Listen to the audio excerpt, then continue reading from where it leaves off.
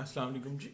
So this video is relevant for all students, and this is about making of income statement. Income statement.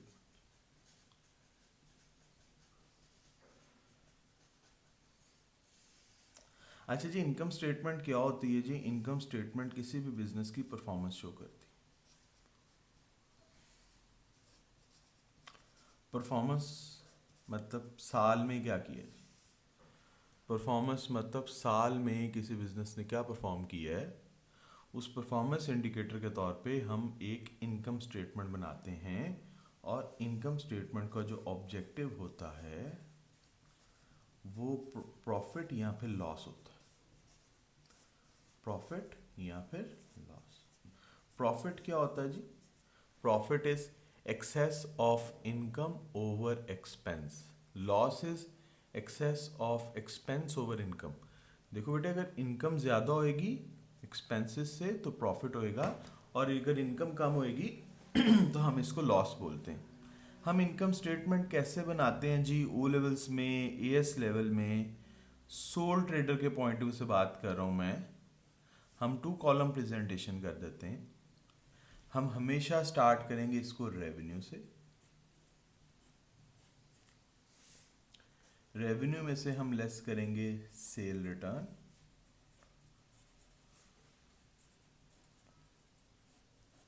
Cell return को हम return inwards भी बोलते हैं। Minus करने के बाद हमारे पास जो वैल्यू आ जाती है that is net sales. Net sales में से हम माइनस करते हैं cost of sales. Cost of sales. Cost of sales किसके इक्वल होता है? Opening inventory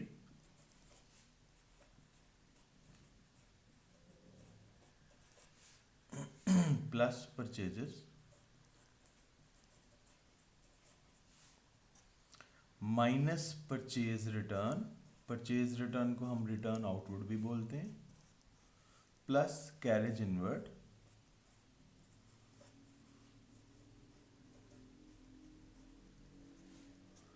minus closing inventory.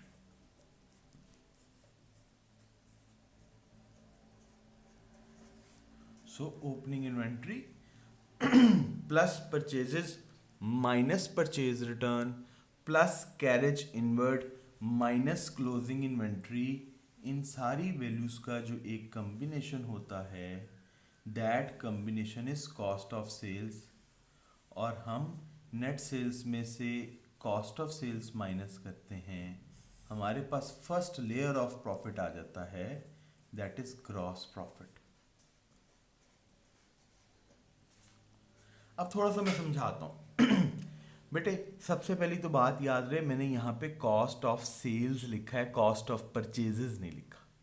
Cost of sales का मतलब है उन यूनिट्स की कॉस्ट जो मैंने सेल की हैं।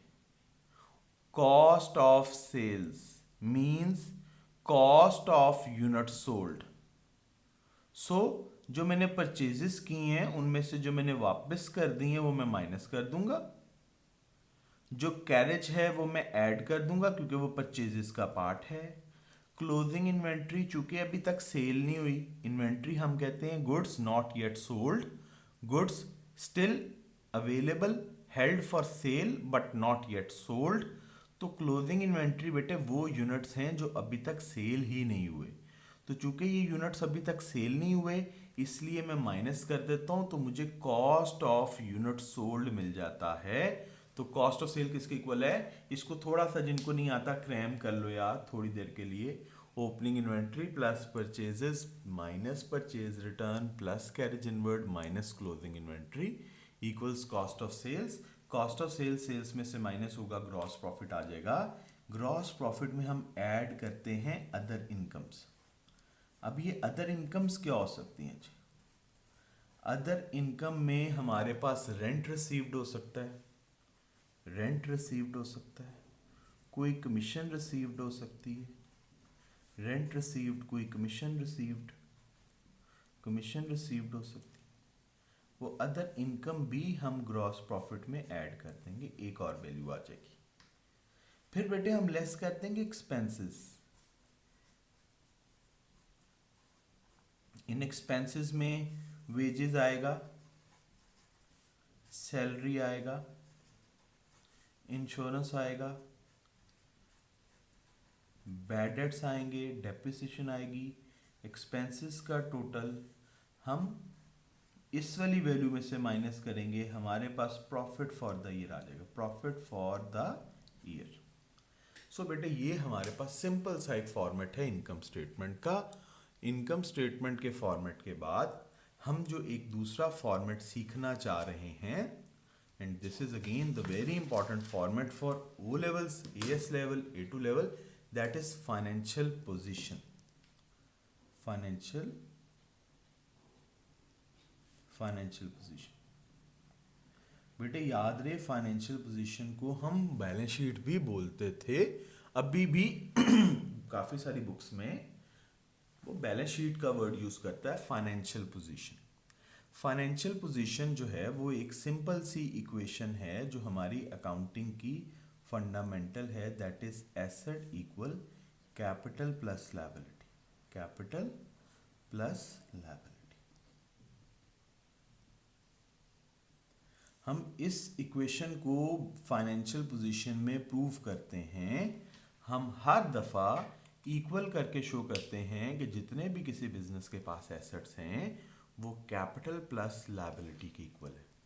इस प्रेजेंटेशन को normally O levels, A levels के किड्स जो है वो 3 कॉलम्स में ड्रॉ करते हैं, इसको 2 कॉलम में भी ड्रॉ किया जा सकता है, कोई मसला नहीं है यार। और ये प्रेजेंटेशन जो है ये हमें IAS 1 इंटरनेशनल अकाउंटिंग स्टैंडर्ड 1 ने दी है बेटे, ये मेरी या किसी टीचर ने नहीं दी आपको। सो IAS 1 बड़ा सिंपल सा है जी, वो कहता है यार इसको प्रूफ करना है यार, बस।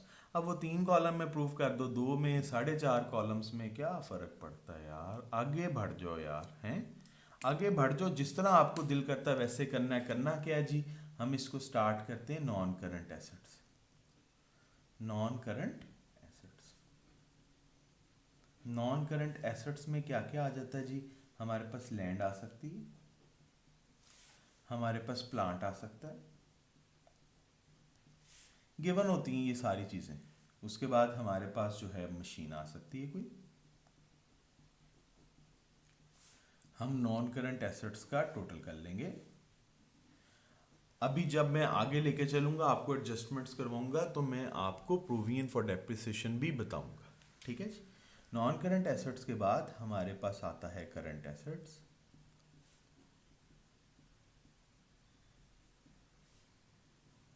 करंट एसेट्स में एक हमारे पास इन्वेंट्री आ सकती है, अगर एक ट्रेडिंग बिजनेस है, सर्विसेज में नहीं होती।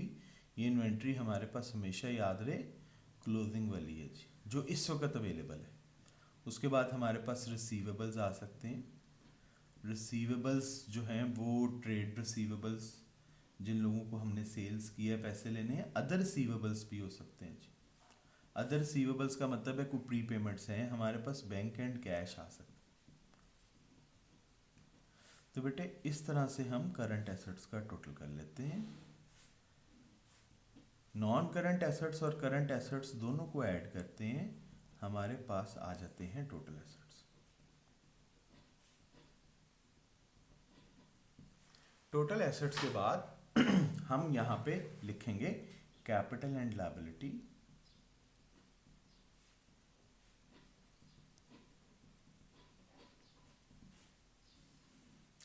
कैपिटल लायबिलिटी में हम सबसे पहले लिखेंगे कैपिटल।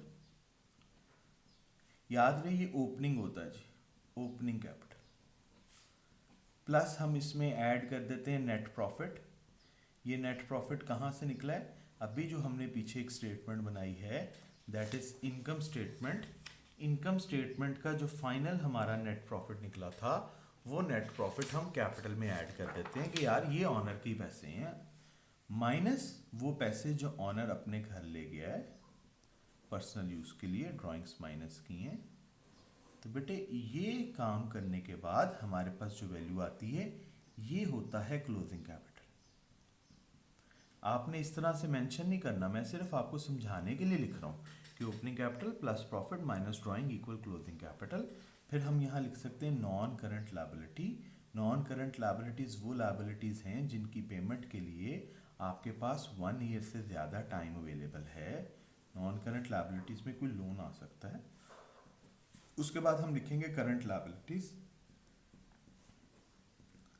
करंट लायबिलिटीज़ जो हैं वो ऐसी लायबिलिटीज़ हैं जो हमने विद इन 1 ईयर पे करनी है।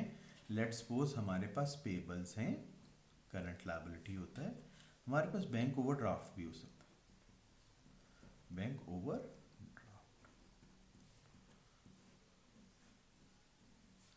तो यहाँ पे अब हमारे पास कैपिटल है, नॉन करंट लायबिलिटी है, करंट लायबिलिटी है।